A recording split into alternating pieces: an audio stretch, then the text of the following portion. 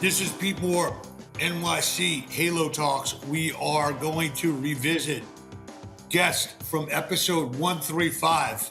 135, you heard it here first.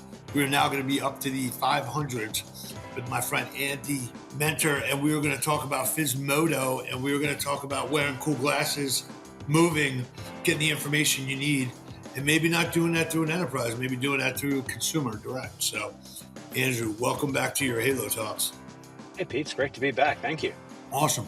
So, look, we've talked every year for the last probably 7 or 8 years about like where this company, is and where it's heading. You had some really good traction at one point in some of the health clubs and studios on the measurement side and entry into personal training. So, give us an update on where you've evolved the company and where this consumer app may be an interesting layer, given people want to do their own thing and track themselves. Yeah, so I think that as you know, I think a lot of people may know that have heard about us and have seen us at URSA. We had a partnership with TRX for a number of years and got a lot of traction in the fitness space, and we're still doing well there. But our solution of doing a 30-second movement screen where we can get a lot of you can self-assess, get high throughput. We can be in a lot of other markets, and I think since we chatted, that's something to really highlight. So one example is we're with a sports orthopedic medicine group out of Atlanta, and they work with 25,000 youth athletes. And so think about that.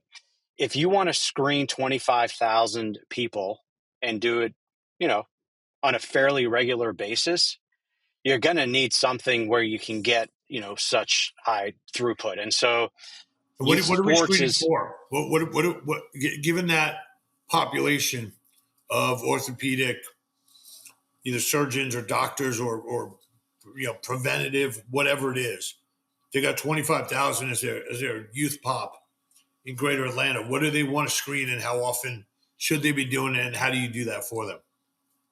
So you mentioned about the consumer app. So if you want to screen people when they're in school, that's not real practical because you're not going to have 24. Well, it's not one school, it's multiple schools, but you're not going to have, even if it's a school of 400 people, athletes, you're not going to have them go to the training room and screen, too often. So you got to have these kids being able to screen remotely on the consumer app. So yeah, what are they trying to screen for? So, for those that don't know, it's 3 overhead squats. We're measuring mobility, stability, posture, and symmetry. And, the one I like to bring up is, so we're getting a lot of ACL tears in women's soccer.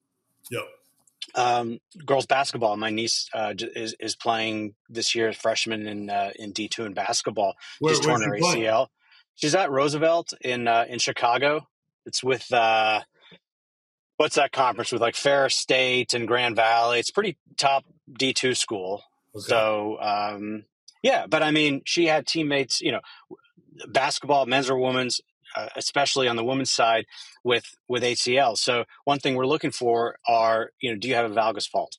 So we're looking at that, and again, just trying to see if there's poor movement patterns and have some intervention protocols. Is your software, as a consumer, I do the squats, does it critique it right away? Does it give me a score? Does it tell me what I'm at risk of? How does it work exactly? Yeah, we're real careful not to do anything close to diagnostic. We're just trying to give you information. But yeah, it'll give you a score, an overall score primarily based on your mobility and your stability.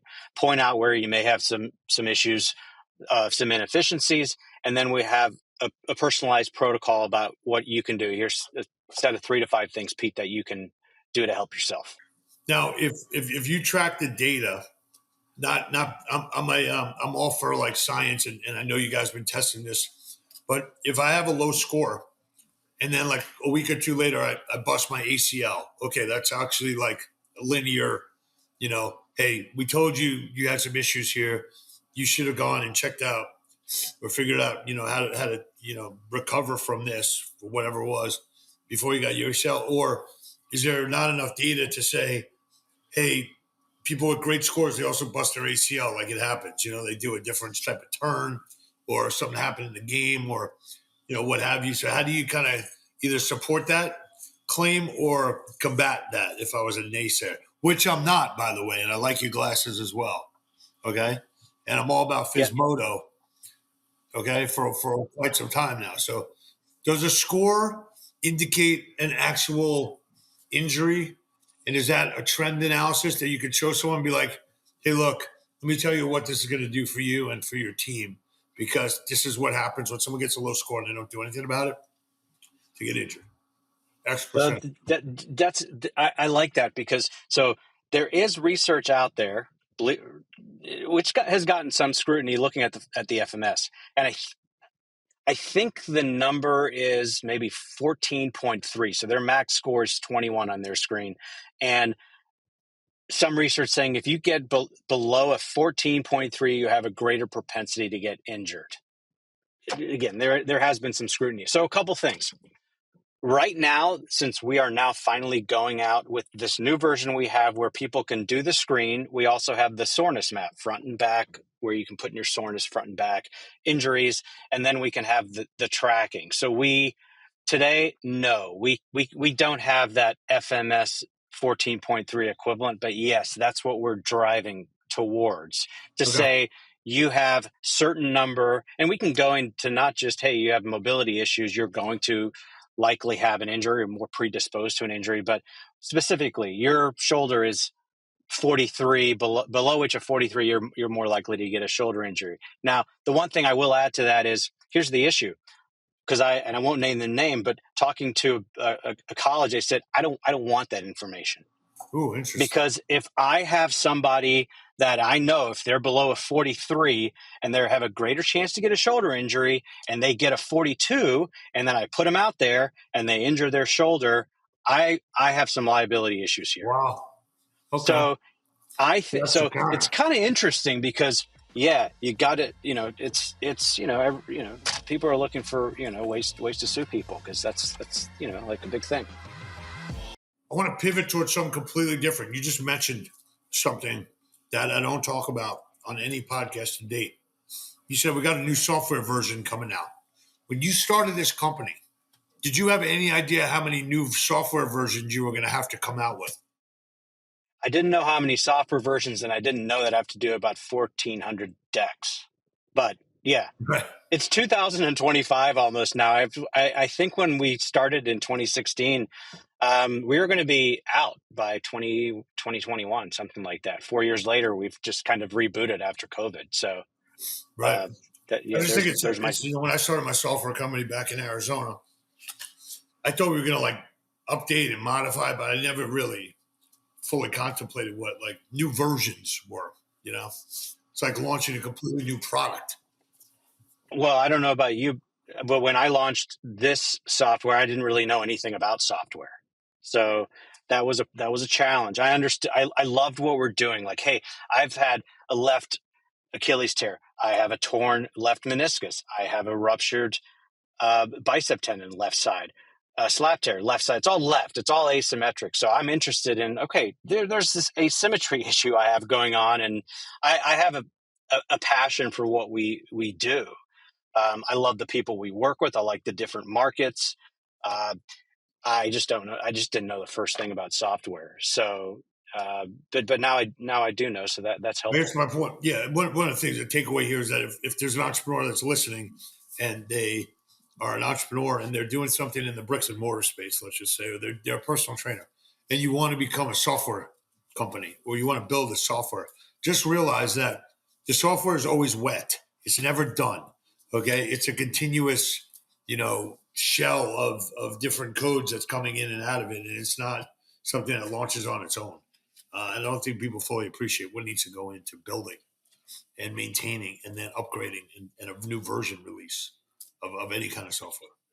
Yeah, and so that was 8 years ago. Just let's think about 2016, and yeah, because the software always iterates. One thing I'm really, really excited about now is, are you familiar with the guys at Rook, or worked with them Rogue? or know them? Rook, ROOK. No. Okay, so if you have an app, and whatever app it is, and you want all the information from any of your wearables, your Aura, your Whoop, your Garmin, you name it. If you want that integrated into your app, you work with Rook. They have an SDK that allows that to happen. So if you ask me in 2016, hey, do you think you'll be in a place where you're capturing everyone's movement, but you're also bringing in all of their, HRV data and sleep and resting heart rate and all this? So,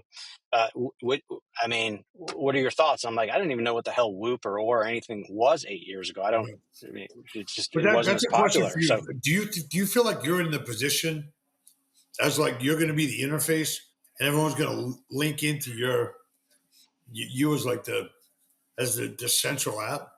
And the reason why I asked that, I guess it's a two-part question. One, do you think that people are going to do that? Two, there's not a software company or database company or AI company or a company that doesn't tell me, oh, I own the data. You know, I'm like the central depository. I'm like the brain or the brain storage system.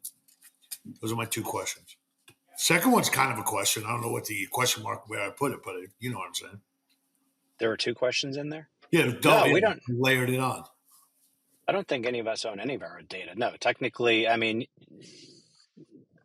what we're trying to do is, in terms of data, yeah, the customer always owns the data, and anytime, obviously in the policy, if they want their deleted data to be deleted from our database, let us know and we delete it.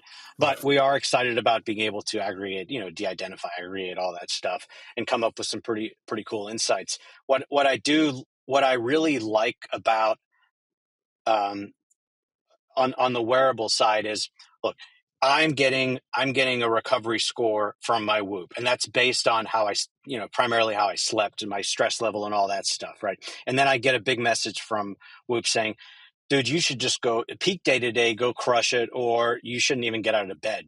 You're a disaster.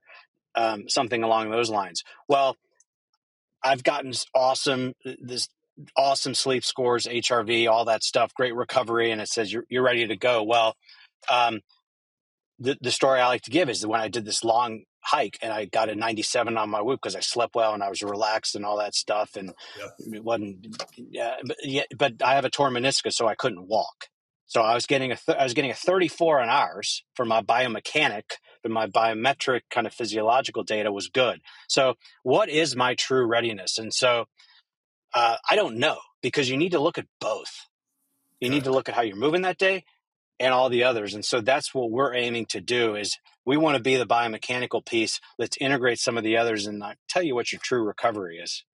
I don't know if that answered your question at all or Yeah, just I kind guess of what I'm saying, used like, it. are you like the if I'm on your system on the B2C side, I'm logged in and all of my other apps are going to be linked up into my Physmodo app. Um, if any wearable that you would have, and I don't know when you're going to post this, this is probably going to be It's going to be a couple months from Jan. now, so feel free to Okay. tell me what Okay. the So we future should, looks like.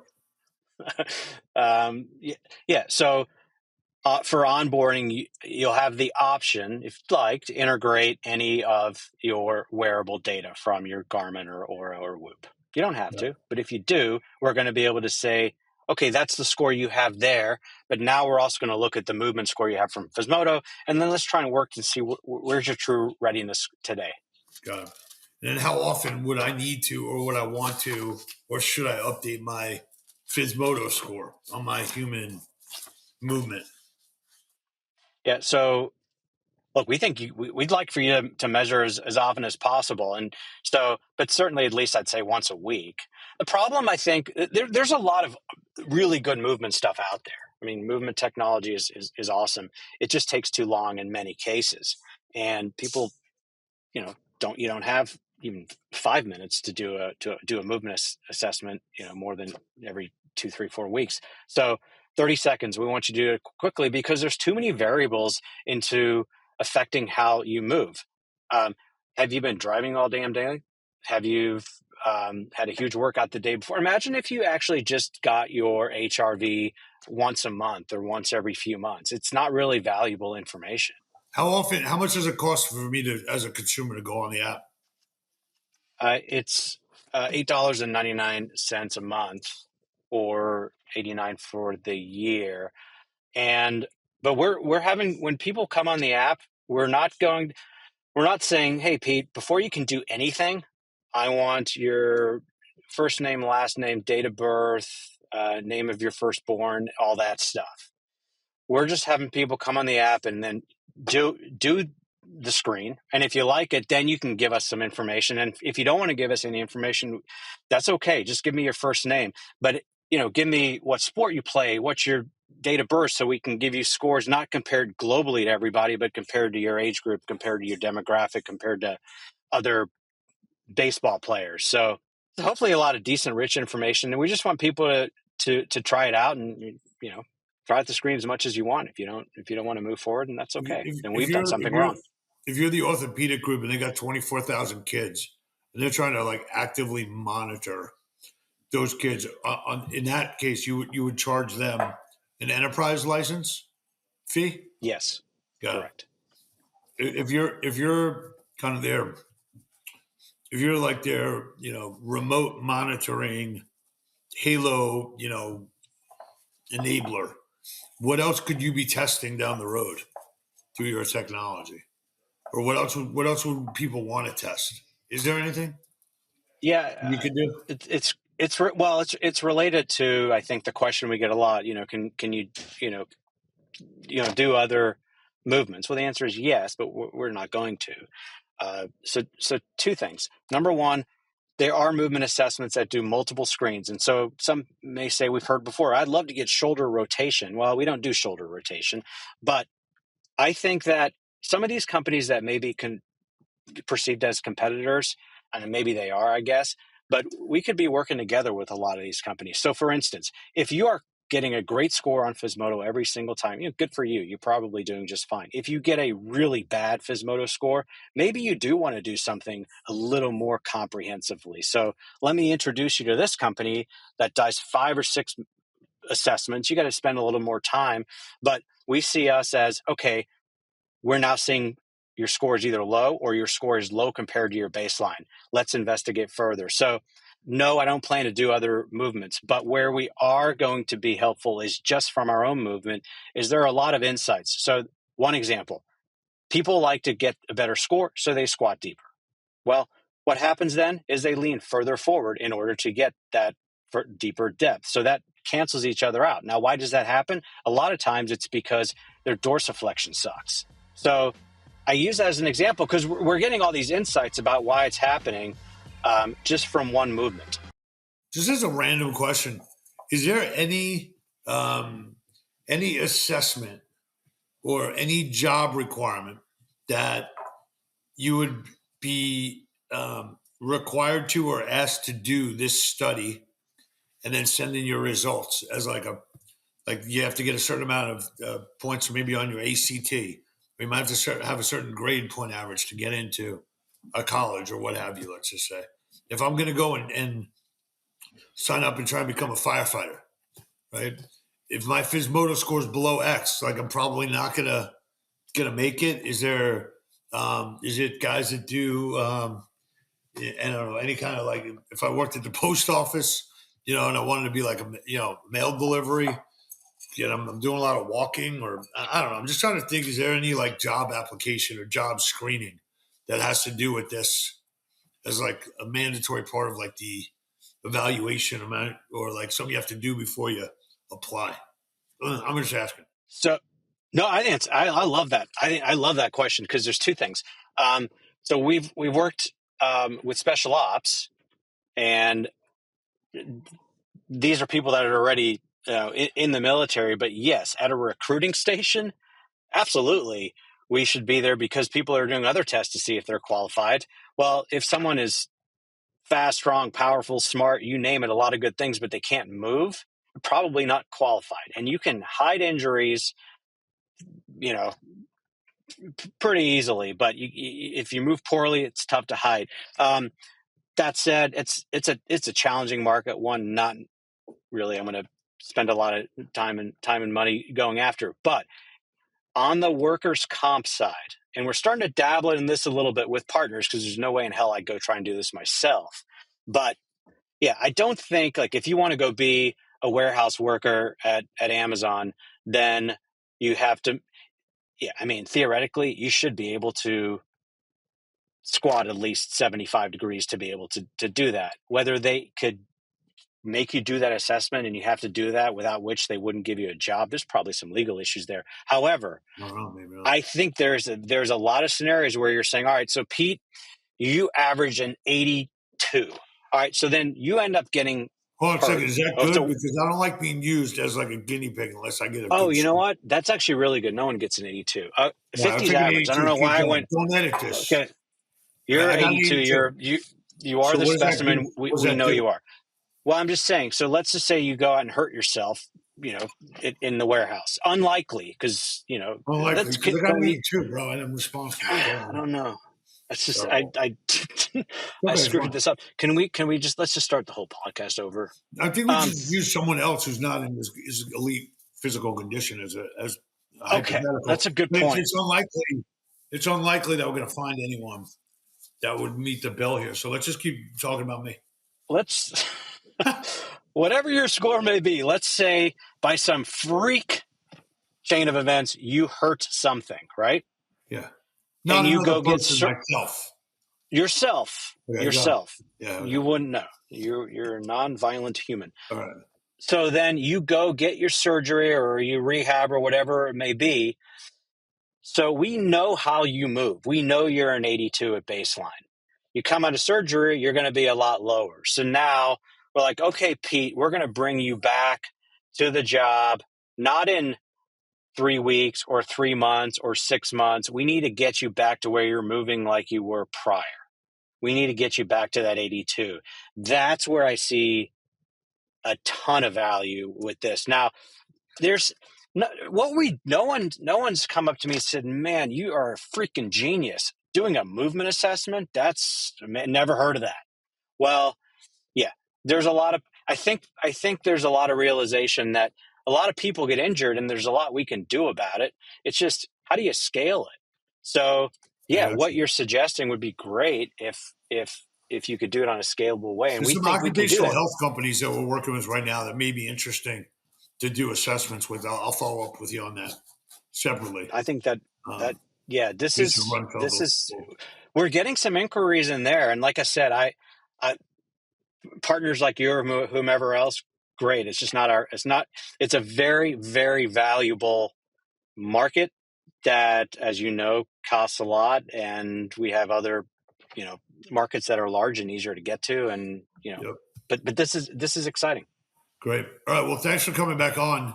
Give us an update. I think the important part here, takeaways for investors and for entrepreneurs, that you honed in on, hey, this is a great way to be a part of the assessment and the personal training evaluation inside of a club. Now the question is, who else has pressure points and pains that I can be a solution for? So if I've got 24,000 youth sports kids that I want to connect to, who has that frustration, and let me modify my software to be the nexus between that information and people that could either create change, maybe avoid people from playing, optimize them before they play, or at least monitor people along the way. So congrats on that. And you'll get us all the information so we can put up the links and figure out where the B2B to C, I think, is the play, if you ask my humble opinion, which you didn't, but it's free because it's my show. So I'm giving it to you. I think the B2B to C of these like orthopedic organizations or big networks that are covering populations, or like pickleball associations, coupled with like the doctors that are going to inevitably, repair those injuries. Like those are the opportunities. So thanks for coming on. Good to see you. Go Halo, bro. Yeah. All right. Thanks, Pete. Thanks.